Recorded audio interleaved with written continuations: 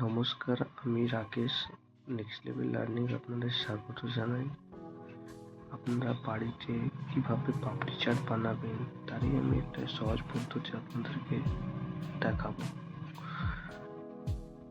আমি এখানে 500 গ্রাম ময়দা নিয়ে নিয়েছি এবং তাতে কিছুটা কালো জিরে ও আজওয়াইন দিয়েছি। ময়দাটাকে যাতে ময়ান দিয়ে ভালোভাবে মাখা যায় এবং সেমি হার্ড ডো করা যায়, তার জন্য আমি একটু ঘি ব্যবহার করেছি। এখানে ময়ানের জন্য ঘিটা ব্যবহার করবেন। তারপরে দেখবেন আপনারা হাতে দলা পাকানো যাচ্ছে কিনা মাখতে মাখতে। যখন দেখবেন এভাবে দলা পাকানো যাচ্ছে তার মানে জানবেন যে আপনাদের ঘিটা পারফেক্টলি দেওয়া হয়েছে এবং সেটা খুব ভালোভাবে কাজ করেছে। এবং মাখতে মাখতে আবার দেখবেন যে যদি একটু সামান্য পরিমাণে জল ব্যবহার করা যায়। ধনেপাতা পুদিনা নিয়েছি এবং সাথে কয়েকটা কাঁচা লঙ্কা ও বিশেষটা যাতে একটু ঘনত্বটা বেশি করে তার জন্য আমি কিছু পরিমাণে ছোলার ডাল ব্যবহার করছি, সেগুলো আমি আগের থেকে ভিজিয়ে রেখেছিলাম। এবং আইস কিউব দিচ্ছি যাতে চাটনিটা কালো না হয়ে যায়। অনেক সময় কি হয় না, দেখা যায় যে চাটনিটা হয়ে যায় খুব কালো একটা লেয়ার পড়ে গেছে। তো এতে আপনাদের কি হয়, আইস কিউব ব্যবহার করলে ওই লেয়ারটা পড়বে না। এবং সাথে আমি এমনি সাধারণ নুন এবং বিট নুনও ব্যবহার করেছি।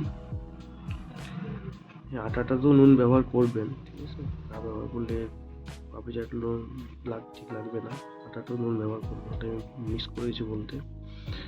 এভাবে আমার চাটনিটা হয়ে গেল, মিক্সিতে গ্রাইন্ড করলাম, দেখুন খুব সুন্দর চাটনিটা হয়েছে। এভাবে আমি বেলার জন্য রেডি করে নিলাম। ওটা ভিজিয়ে যে রেখেছিলাম আটাটা, সেটার থেকে আমি বেলার জন্য গোল গোল করে নিলাম। এবং এভাবে বেলার পরে ছোট ছোট চামচে কাটা যে চামচ আছে ওটা দিয়ে আপনারা দাগ করে দেবেন, কারণ এতে নাকি মানে তেলের মধ্যে যখন আপনারা ছাঁকবেন ওটাকে তখন ওটা ফুলে না যাবে। ফুলে গেলে তো ওটা লুচি হয়ে যাবে, ওটা আর পাপড়ি থাকবে না। তার জন্যই এভাবে ছেদ করে নেবেন কাঁটা চামচ দিয়ে করে। এই প্রত্যেকটা লই এভাবে করে সব বেলা হয়ে যাবে। এভাবে আবার রেডি হয়ে গেল সব কিছু।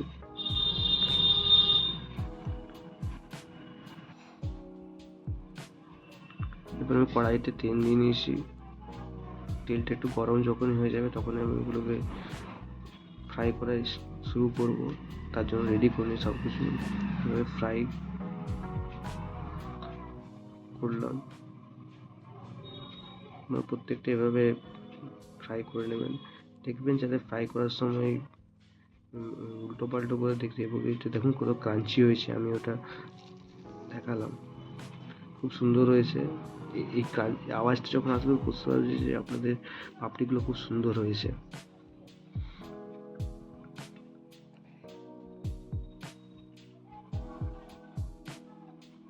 প্লেটে করে সাজাচ্ছি।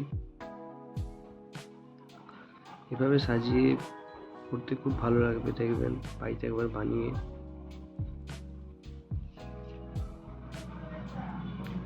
আমি এখানে টমেটো কেচাপও ব্যবহার করেছি, সাথে ওই কেটে রাখা আলুগুলো যেগুলো আমি আগেই সিদ্ধ করে রেখেছিলাম। পাপড়ির উপরে আলুর যে টেক্সচারটা খুব ভালো লাগে। এবার প্রথমে একটা আলুর লেয়ার দেবেন, দেন ওর উপরে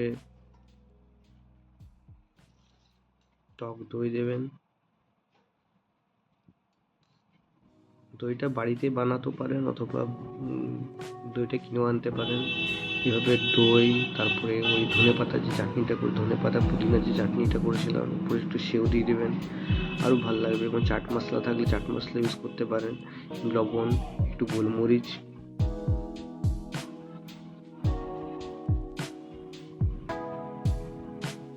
বাড়িতে একবার বানিয়ে ট্রাই করবেন এবং আপনিও খাবেন, বাড়ির বাকিদেরকেও খাওয়াবেন। দেখুন খুব সুন্দর হয়েছে। কমেন্টে জানাবেন কেমন হয়েছে। Thank you.